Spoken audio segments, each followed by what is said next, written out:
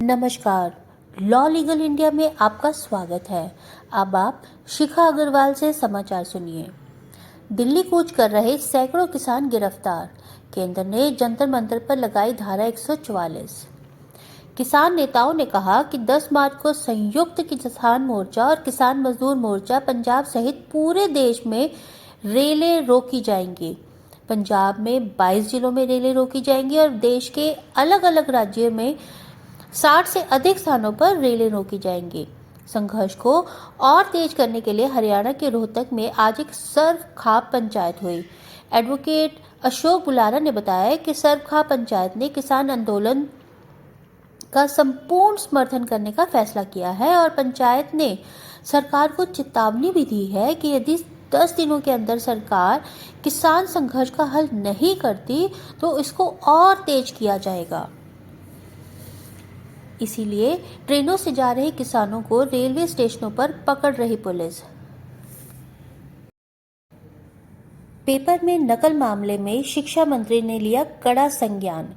हरियाणा में जिला नूतावड़ क्षेत्र के चंद्रावती स्कूल में 10वीं की कक्षा के पेपर में नकल मामले में हरियाणा के शिक्षा मंत्री कंवरपाल गुर्जर ने कड़ा संज्ञान लिया है। उन्होंने इस मामले में हरियाणा विद्यालय शिक्षा बोर्ड के अधिकारियों से इस विषय को फोन पर जानकारी ली और कहा कि सरकार इसके लिए पूरी तरह से सख्त है। उन्होंने बताया कि नकल रोकने के लिए परीक्षा पत्रों पर QR कोड लगाया गया है। अगर उसको कोई स्कैन करता है तो तुरंत पकड़ा जाएगा। साथ ही उन्होंने कहा कि पेपर लीक जैसी कोई घटना नहीं हुई है, यह केवल एक अफवाह है। शिक्षा बोर्ड के अधिकारियों से इस विषय पर फोन पर जानकारी लेते हुए उन्होंने कहा कि सरकार इसके लिए पूरी तरह से सख्त है। हरियाणा में अब नकल के मामले लगभग समाप्त हैं। एक विषय अभी संज्ञान में आया है, कुछ लोगों द्वारा इस प्रकार की शरारत की गई है। शिक्षा विभाग के अधिकारियों ने इस विषय में वहां के उपायुक्त और पुलिस अधीक्षक से भी बात की है ताकि इस प्रकार का कोई भी कारण ना बने। आंगनबाड़ी में नौकरी लगवाने के नाम पर 3.30 लाख रुपए हड़पे। आंगनबाड़ी में नौकरी लगवाने के नाम पर 3 व्यक्तियों ने गांव खेड़ी गुलाम अली निवासी संदीप कुमार से 3.30 लाख रुपए की ठगी की। गांव खेड़ी गुलाम अली निवासी संदीप ने शहर थाना में शिकायत दर्ज करवाई कि उसकी पत्नी बीमार रहती थी।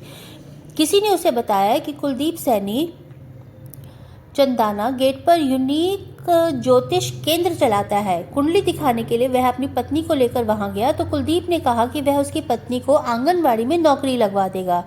इसके लिए 2,50,000 रुपए लगेंगे। उसकी पत्नी के दस्तावेज व 60,000 रुपए एडवांस दिए गए। कुलदीप, उसकी पत्नी और बेटे ने 1 लाख रुपए वापस कर दिए, लेकिन बाकी पैसे देने से साफ मना कर दिया। आरोपी ने उसके साथ 3,30,000 रुपए की ठगी की है। जांच अधिकारियों ने बताया कि पुलिस ने आरोपियों के खिलाफ केस दर्ज कर लिया है। आरोपी कहने लगा कि आंगनबाड़ी में NTT की भर्ती हुई है, अगर कोई तुम्हारा जानकार है तो काम सस्ते में हो जाएगा। इस पर उसने अपने 4-5 रिश्तेदारों के 3,70,000 रुपए कुलदीप और उसकी पत्नी को दे दिए। कुछ दिन बाद कुलदीप ने ज्वाइनिंग लेटर और फर्जी लिस्ट उसके साथ व्हाट्सएप कर दी।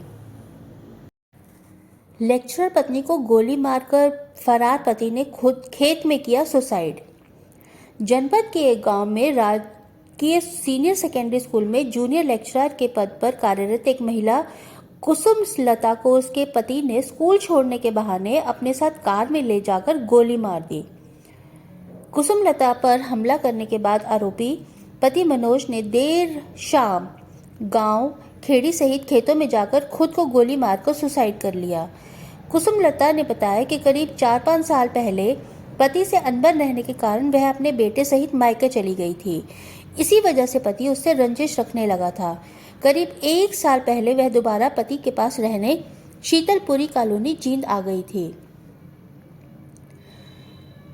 लोगों को आते देखकर गाड़ी सहित फरार हो गया। राहगीरों ने घायल महिला को उपचार के लिए जींद के नागरिक अस्पताल में भर्ती करवाया। घटना की सूचना पाकर थाना सदर जींद पुलिस अस्पताल पहुंची और महिला के बयान लिए। बुलेट बाइक से पटाखे बजाने व स्टंट करने पर 74,500 रुपए का जुर्माना।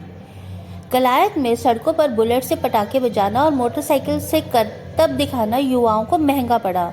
बुधवार को थाना प्रभारी ने पुलिस टीम के साथ चेकिंग अभियान चलाते हुए 2 बुलेट वाहन व एक मोटरसाइकिल चालक के खिलाफ कार्रवाई की। उन्होंने उसे कब्जे में लेते हुए 41,000 व दूसरे पर 33,500 रुपये का जुर्माना किया, जबकि सर्कस वाहन की तरह डिजाइन किए गए मोटरसाइकिल के दस्तावेजों की पड़ताल की गई। थाना प्रभारी ने बताया कि नेशनल हाईवे, रेलवे रोड और मुख्य रूप से शिक्षा संस्थानों के आसपास पटाखे बजाने वाले बुलेट और तरह तरह के स्टंट करने वाले मोटरसाइकिलों के चालकों के खिलाफ शिकायत मिल रही थी, जिसके मद्देनजर पुलिस ने चेकिंग अभियान शुरू किया और उसमें 2 बुलेट जब्त किए गए। सरकारी नौकरी के लिए पात्र होंगे खेलो इंडिया के पदक विजेता। खेल मंत्री अनुराग ठाकुर ने बुधवार को कहा कि संशोधित मानदंडों के बाद खेलो इंडिया के पदक विजेता अब सरकारी नौकरी पाने के पात्र होंगे। उन्होंने यह कदम प्रधानमंत्री नरेंद्र मोदी के मजबूत खेल परिस्थितियों तंत्र, जमीनी स्तर पर प्रतिभाओं को निखारने और खेल को एक आकर्षक और व्यवहारिक करियर विकल्प में बदलने के दृष्टिकोण को ध्यान में रखते हुए उठाया।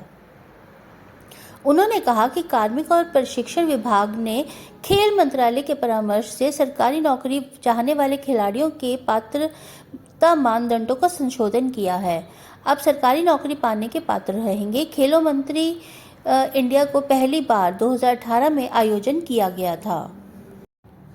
आज के समाचार यहीं समाप्त होते हैं। आपका बहुत बहुत शुक्रिया। आपका दिन शुभ रहे।